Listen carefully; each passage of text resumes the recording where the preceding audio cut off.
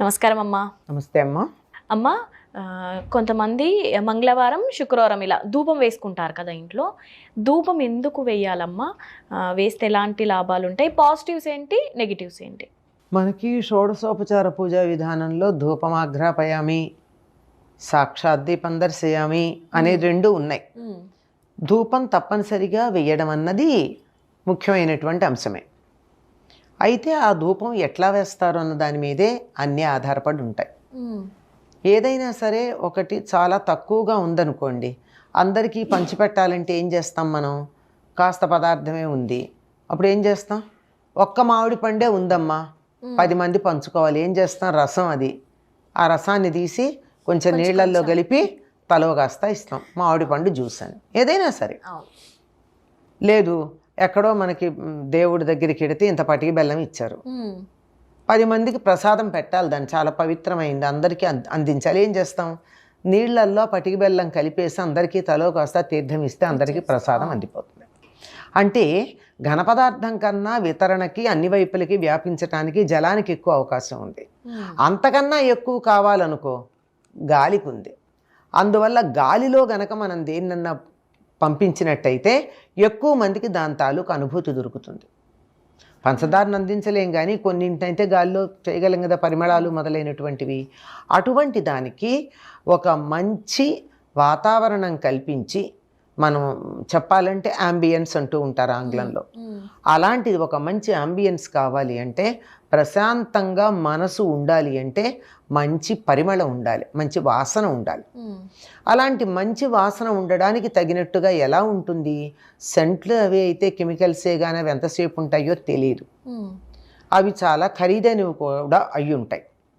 అందుకని దానికి సౌకర్యంగా ఉండేటటువంటిది, అందరికీ అందుబాటులో ఉండేటటువంటిగా చేసినటువంటిది ఏమిటంటే ధూపం వేయడం అని. ఈ ధూపానికి ఉపయోగించేటటువంటివన్నీ కూడా చాలా ఆరోగ్యాన్ని కలిగించేటటువంటివే ఉన్నాయి.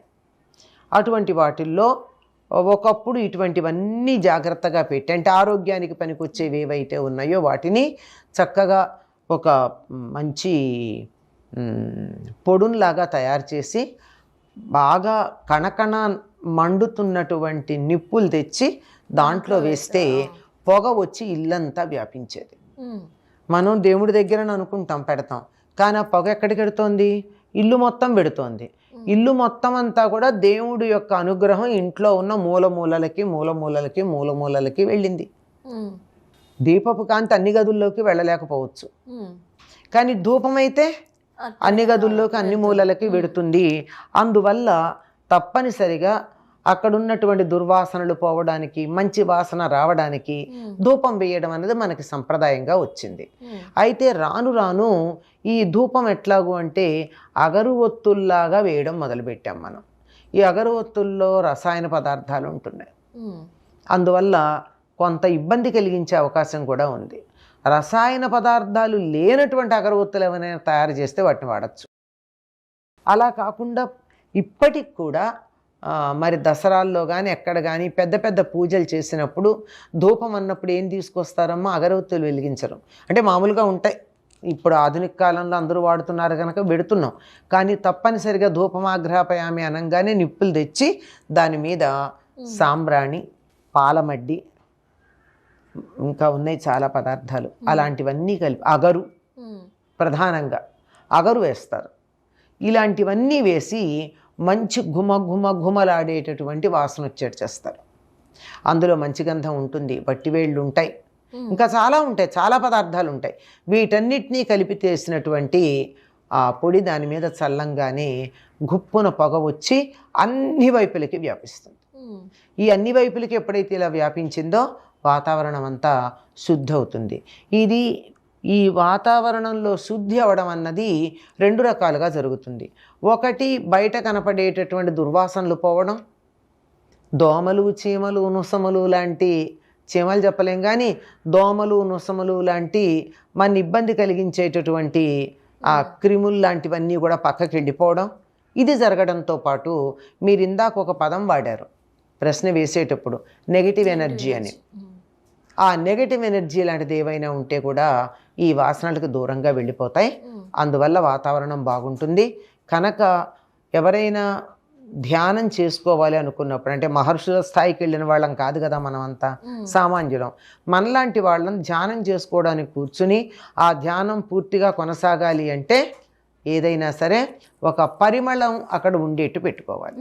ఇప్పుడు మనం ఈ ధూపం వెయ్యలేం గనక, ఈ నిప్పుల మీద వెయ్యలేం గనక ఒక అగరబత్తి లాంటిది కొంచెం దూరంగా పెట్టుకోవడం మంచిదమ్మా. అయితే జనరల్ గా అమ్మ బాలింతలకు కూడా జుట్టు పెడతారు అని అంటారు కదా, అది ఇది ఒకటేనా అమ్మ? అదే, అందులో ఒట్టి సాంబ్రాణే వేస్తారు, అన్నీ వెయ్యరు. బాలింతలకు వేసేటటువంటిది సాంబ్రాణి పాలమడ్డి అని ఒకటి వేస్తారు, అది ఏమిటో తెలియదు కానీ అది వేసినట్టయితే సాంబ్రాణికి ఉన్న లక్షణం ఏమిటంటే ఎక్కడెక్కడ తడి ఉన్నా గ్రహిస్తుంది అది. బాలింతలకు ఎందుకు వేస్తారంటే వాళ్ళకి తలంటి పోసినప్పుడు తలలో అడుగున తడి ఉంటే ఆ తడికి జలుబు చేస్తుంది కనుక. ఇంకా చిన్నపిల్లలు అనుకో, చిన్నపిల్లలకి వాళ్ళకి చాలా మంచి ఒళ్ళు చేస్తుంటారు వాళ్ళు, అలా తొనలుగా ఉంటుంది ఒళ్ళు, మధ్య మధ్యలో ఇలా 2 కండరాల మధ్య ఖాళీగా ఉండి అందులో తడి మిగిలిపోయే ప్రమాదం ఉంది. వేడి నీళ్లు పోస్తాం, వేడి నీళ్లు పోసేటప్పటికల్లా చెమటలు కూడా పడతాయి తుడిచాక. మరి ఆ చెమటలు పట్టిన తడికి పిల్లలకి జలుబు చేయొచ్చు కదా. అందుకని జలుబు చేయకుండా ఉండడానికి సాంబ్రాణి ధూపం వేస్తాం బాలింతరాలకు కానీ చంటి పిల్లలకు కానీ. ఈ వేయడంలో కూడా ఒకటి, అందులో సాంబ్రాణి వేయడంలో ఉద్దేశం ఏమిటంటే తడిపోతుంది, ఎట్లాగో వాతావరణంలో ఉన్న నెగిటివిటీ పోతుంది. ఏవైనా ప్రతికూల స్పందనలు లాంటివి ఉంటే అవి పోతాయి, సానుకూల ప్రతిస్పందనలు అక్కడ మనకు వస్తాయి. ధన్యవాదాలమ్మా. నమస్తే అమ్మా.